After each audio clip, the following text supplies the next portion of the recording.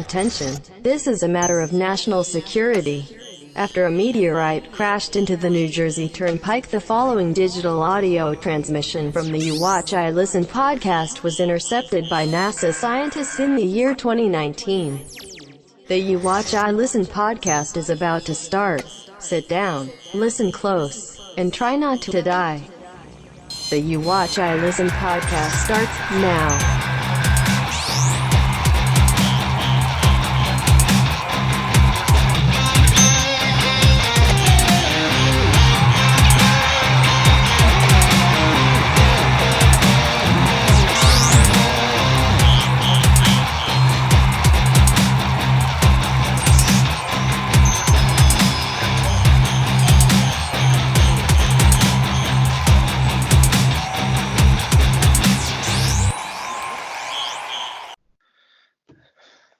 Hey guys, hey Josh, hey Taylor.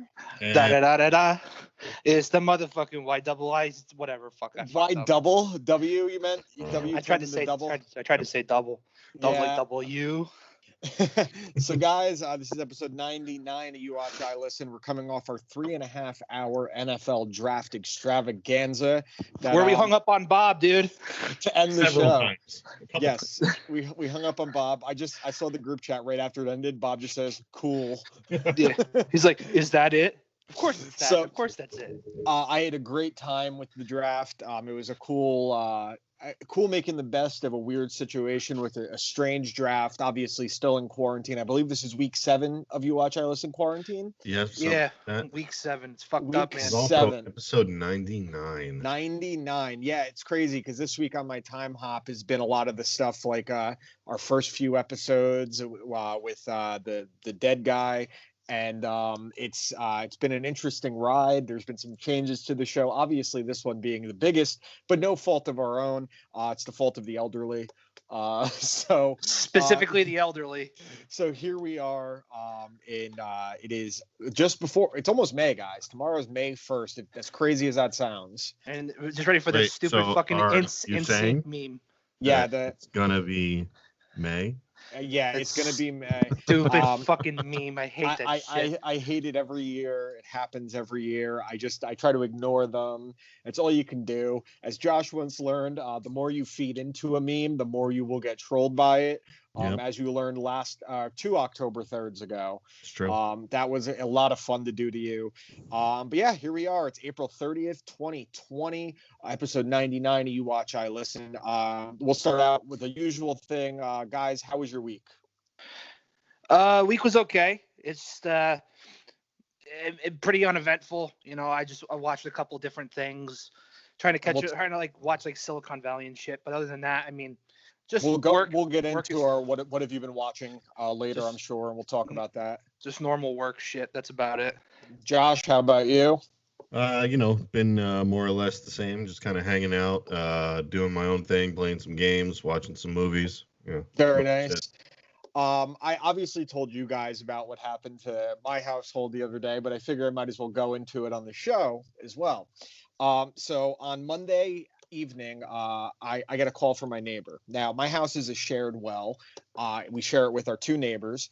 And my neighbor calls me and he's like, dude, you got to come outside. We got a problem with the well. First thing I think is it's leaking. You know, that happens sometimes. We've had it happen before. So I meet him outside and he's like, my wife was saying the other day the water smelled weird, and I kind of ignored it. And I was just like brushing my teeth. And I'm like, this does smell kind of weird, and you got to go look in there. So the well pump sits in a hole in the ground. And I go and look in the hole in the ground where the water is, and it's filled with maggots, like hundreds, if not thousands of maggots. And then you look, and there's a dead cat inside of it, decomposing, rotting. Very. So it's like funny because I call, like first off, when I walked in, it was like when you're reading The Rising, and they talk about how the smell of the rotting flesh of the zombies is the first thing that hits you. I opened the thing and I was like, ugh, and I almost puked on my neighbor. So obviously I called the well company, and like when I first called the woman that's like dispatch, she thought I was fucking with her. She's like, you're lying to me. I'm like, ma'am, like I wish I was. Like it'd be a really weird thing to make up. So right now they have a huge temporary tank sitting outside. Almost looks like an above ground pool that they're doing, and they're getting it fixed tomorrow. But it was great watching them shovel out a dead cat from the well. It was like in the season 2 of The Walking Dead on Herschel's farm when the zombies at the bottom of the well and they send Glenn. That's exactly what I thought of.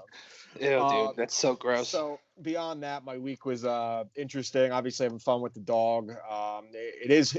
That's a great way to distract yourself from everything that's going on. It also is a great way to lose sleep, which is if you're normal. Insomnia. Yeah, I mean, I lost sleep a long time ago. It's been gone. But beyond that, why don't we get into our stuff? But before we do that, Taylor, we got some friends we have to talk about. Yes, we do. So, with everything that's going on, you're stuck, you're quarantined, you're tired of this shit, and you need something to get you through. Now, let me tell you what's been getting me through all this COVID nonsense. My primal urge. My primal urge to fuck you? No, dumb. Primal urge beef sticks. Like, primal urge beef sticks. Oh, that makes more sense. Yeah, dude. They sent me a free monthly subscription for the next. They're sending me for the next couple months. Because they're fans of the show, and I've been eating Primal Urge on the weekends specifically. My cheat days been doing fairly well. Very good. Brought him into work. All the guys really love him. My dad likes him. My dad doesn't like anything, and they really are some of the best shit out there. So if I want to get a Primal Urge food subscriptions, why haven't you shared it with me? Because it's mine. It's mine. It's okay. Not yours, and I'm not good at sharing. And I also haven't seen you in over a month. So that's true. That's true. Why haven't you shared with me where I can get one of your meat sticks then? Okay. Well, I'm so happy you asked that, Dan, and on camera too, so everyone can finally see that you've been asking me not only for 10 years, but finally tonight as well. But you can go on www.primalurgeeats.com. Primalurgefoods.com. Primalurgefoods.com. Use promo code YWIL for 20% off your subscription. So if they use promo code YWIL, they're going to get a subscription of these great things, whether it's beef jerky, venison beef jerky, alligator beef jerky. It's going to be like a loot crate of different meat sticks. And they use promo code YWIL to get 20% off their subscription at primalurgefoods.com. That's what you're telling me? Yes, correct. There's an emphasis on special for this. There's 20% subscription. Great. So honestly, the big emphasis on special when it comes to you, I would just say have a meat stick and shut the fuck up. Fair enough, dude. Just as long as you don't show me your meat stick, I'm all right. I mean, we've done that before. But guys, go to www.primalurgefoods.com. Enter promo code YWIL. Taylor, what is that? www.primalurgefoods.com. Promo code YWIL. 20% off your subscription. Meat sticks. It's meat sticks. And Taylor, when this is all said and done, when we can finally see each other again, I'm going to show you my meat stick again. I am actually kind of happy about it. I haven't seen you fucking guys. I'm isolated. Josh, you heard it. Everyone heard it. He wants to see my meat stick. You heard it. Can't take it back. Taylor's looking for meat stick. Oh, Taylor's looking for meat stick. Josh agrees with Dan again. So, guys, again, primalurgefoods.com, promo code YWIL. Taylor, I'll start it out with a review. So you gave me an album, Fit for a King, Deathgrip. I was not really familiar with Fit for a King. I had heard of them before. I'm sure I'd heard a song or two from you throughout the years. Just the odds of that happening are slim to none. This is an awesome album. Josh, you would love this album. Compared to the one the previous week that you gave me that was more on the black metal side of it, this is a little more contained. The music is superior. There is a blend of the singing as well, which I do appreciate. The vocals are awesome. You got a song with the lead singer of August Burns Red on it. You got a song with the lead singer of Miss May I on it. Those are two bangers of songs. So starting out, obviously, is the intro, end is the beginning.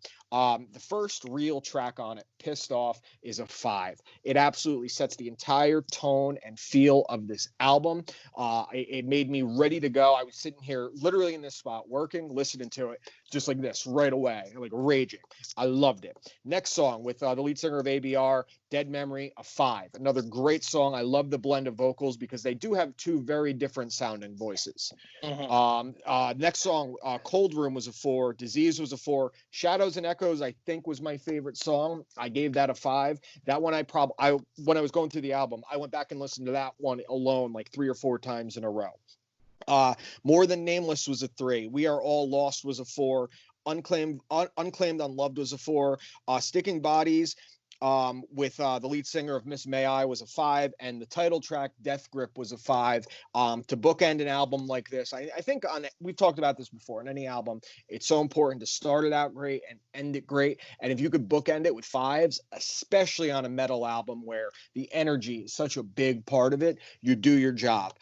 So there wasn't a single song less than a 3 on here. I'm going to give it a 4.5 out of 5. Maybe, you know what? It's a 4.8 out of 5. We'll do the law of averages here. I think I had as many 5s as I did 4s, which is saying a lot. I love the vocals. I love the music. I love the lyrics. I love the progressions more than anything else. This was an incredibly progressive album. Every song would start out heavy. It would tone it back a little bit, then pick it right back up to the breakdown. Just a phenomenal sounding album. Some of it kind of reminded me, maybe not musically as much, but a little bit of Trivium. I picked up on a little bit of the Trivium sound in there, old Trivium. Yeah, for sure. Like I said before, I'm glad you picked up on it, but this was the first album they really incorporated more of clean singing. Who's the bass player's name is Tuck. He's really, really, really good, and he actually sounds really good live too, which is hard to replicate. The reason why I love Deathgrip so much, specifically the last song, I love the whole album, but the last song is because you go from like this low foundation, like this real melodic stuff, and then the chorus hits. You're in a Death Grip, and it's full scream metal. It's some of the most fun shit I've ever seen live. And it's actually funny that all 3 of those bands are on the same record because Miss May I, August Burns Red, and Fit for a King were all on the same tour at one point. That's so I awesome. think that's really cool. But I'm glad you really liked it. I feel like I've been doing really, really well with albums lately, to be honest. Yeah, I mean, the one you gave me last week was the worst one, and it wasn't even bad. It just wasn't the one that resonated with me in the same way. So you're finding a pretty good groove for the kind of stuff I'll like. You know, sometimes you got to throw stuff at me that is, you know, maybe not in my wheelhouse. Sure. And, you know, the odds are I'm not going to like it, but I've been surprised before. It's happened plenty of times. I am very stubborn with music, but I try to open my horizons a little bit. But this was a banger. I added the entire album. I probably listened to it, especially at night when I'm playing Call of Duty, 7-8 times just while playing, and then I don't realize that there's like a cruise missile coming in, dropping on my fucking head because I can't hear it. Oops. But I'm going to give it a 4.8 out of 5. That's really, really awesome, man. I'm glad you like it. All right. So the movie you gave me this week is Strange Wilderness. Dude. So before I even say what I really think about the movie, basically, I forget the main guy's name, but he was the guitar player in That Thing You Do. Yes, and he was Saving Silverman. Yeah, he's a very funny guy. Yes. You get I can honestly say this is not the performance that broke Jonah Hill out to the mainstream. That terrible Southern accent, it was awful. Dude, the song that he sings, "If you step my feelings, fuck you." I could have sworn he was like strumming Pink Floyd's "Wish That's You Were what Here." I thought too. Yeah. But the main guy. He owns. His father was this big nature guy. Had this big nature show called Strange Wilderness. He dies. Public access, strange wilderness kind of show. So then his father dies. He takes over. He's a pothead burnout. He sucks. He's not good at anything. All his friends are pothead burnouts. Besides Ted Idiots. Denslow from Basketball. That's I love that. Or Landfill is in it too. Yep.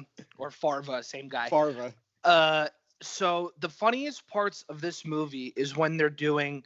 Honestly, I laughed harder at the Faces of Death scenes, which I couldn't believe there were actually like the actual scenes from the Faces of Death were in this movie. But let me ask you: were going to say the funniest parts are their actual wilderness videos? When they're narrating. Okay, so I just want to read some of the stats that he was giving. So obviously, you've been saying it for years. I never understood it. Bears get their name from a football team in Chicago is single-handedly one of the funniest lines in a movie I've ever heard in my life. Black Bears loves fish. Say something else. Red Bears love fish. Yeah. So some of the stats he said, monkeys make up 80% of the world's monkey population. There's a scene where there's a bunch of vultures eating a dead zebra. It says, these birds are saying howdy to the zebra. Actually, they're not saying howdy. They're eating the shit out of them. And then when they show the shark and it's, look at this guy.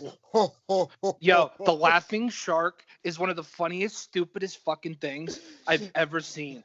It is so stupid. Can I tell you a scene specifically? Wait. Go ahead. Sharks are found in 2 places on Earth: the northern and southern hemisphere.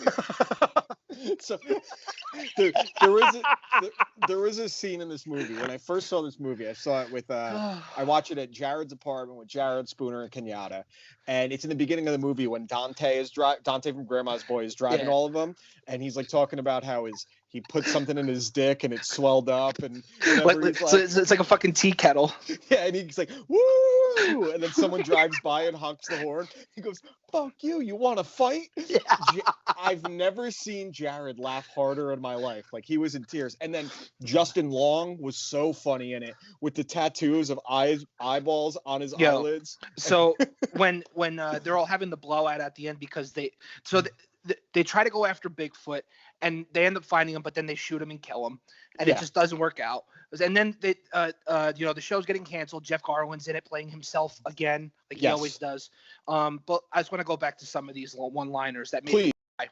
No matter how many sea lions are killed each year by sharks, it never seems like enough. Or here, bears are proud people, although they're not people per se. They're animals. Bears are estimated to kill over 2 million salmon per year, but attacks of salmon on bear are far less. It's like, one of my favorite parts that I laughed at. So this movie is exactly what our friends would be if we were making a nature documentary. Correct. Like the part when they're talking to the driver, or they're talking to the guide in the woods, and they find out his name is just Dick, and they're all just sitting there just laughing at him. Dick. And exactly. And he goes, like, they keep saying stupid shit to him. They're like, you ever let your dog lick your name? Like, just stupid shit. Did you ever let your dog lick your name? Like, it's the stupidest shit, dude. The whole movie, and I said that to you, it was like, this is going to be an easy watch because there's no merit to the movie. I would never by any means call it a great movie, but it's great. Like, it is easily the worst movie you've given me, and it is still hilarious. Yeah, it's one of those things. It's so bad that it's good, and it doesn't try to be like overly sentimental. It knows it's stupid. It embraces its stupidity. Like I said, Jonah Hill, the one part when they're going to leave, and he goes to Jonah Hill's character, hey, why didn't you put the stuff in the RV? Oh, I did. I'm literally looking at it right there. Oh, yeah, I didn't put it in the RV. No, because he's like, oh, that stuff. Yeah, that stuff's not in the RV. Dude, it's a great stoner flick, is what I would say above all. When you see the monkeys in the tree, 80% of the world's monkey population are monkeys or whatever, and he goes, now look at those balls. Those balls are sensational. To a lion, these balls are called a sack lunch. It is really so dumb, but I think it ends up being underrated as long as you're okay with dumb comedy.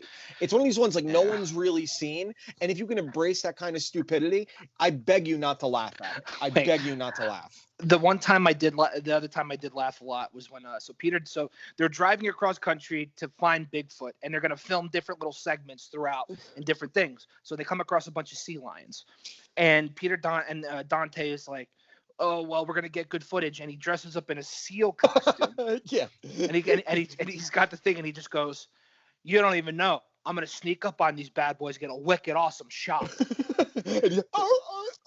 And he starts doing the art shit, and then it flashes to him getting fucking attacked by a shark, and it's like, oh my god, there's so much blood. It is a very funny movie. It is a very bad movie, but it is also funny. The comedy really helps it out. I'll go a solid 5/5. Yeah, that's fair because you got into it expecting exactly what it was. I told you it was stupid. I've been telling you to watch it forever too. For years. And like you said, I've been quoting the Bears get their name from a football team in Chicago line forever. Dude, I'm seriously going to use the 80% of the world's monkey population are monkeys from now on. It's one that I'll randomly put on like when I'm laying down because I could just sit there and giggle at it, or if I have a few too many drinks because then I'll really laugh at it. Yeah, facts. So, all right, I'm glad you like Strange Wilderness. Why don't we get into this week's picks? Taylor, why don't you go first? All right, for my album pick this week, I wanted, again, I'm kind of on a roll with metal records. I've been really into metal lately because I've been very angry. I don't know why, I just am. And this was an album that kind of took me by surprise around 2018 when this came out. Because this is a band I didn't like at all at first. Okay. The band is called Chelsea Grin, and it's their last album called Eternal Nightmare. Chelsea Grin used to be 6 people in the band, 3 guitar players, a bass player, and it was really, really grimy black metal. Okay. Now they're down to only 4 people in the band: guitar, bass, drums, and a singer. And it's the best they've ever sounded. This is a prime example of less is more, and it's really enhanced the sound.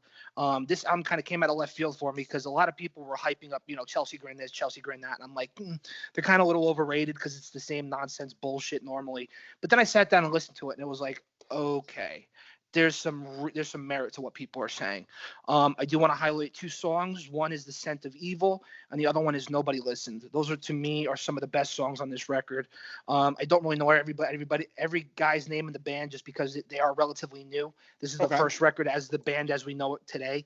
But yeah, this album really caught me by surprise. It's very, very heavy. That's why I like when I listen to heavy music. It has to be heavy. That's the main criteria that I look for. So yeah, Chelsea Grin, Eternal Nightmare. Josh, I would highly recommend that you listen to this too. And Fit for a King's Deathgrip. Real talk. Yeah, you'll like the Fit for a King album, Josh. Check them out. All right, so Taylor, my movie for you this week. It's funny, you texted us earlier and you said that you think you're finally ready to watch Hereditary again. Yes. It's So been like 2 years, dude. Yeah, it obviously disturbed you enough. So I watched a movie the other night. What I've actually been really looking forward to. It was supposed to come out in the theaters towards the end of March. Obviously, that didn't happen. No movie came out in the theaters.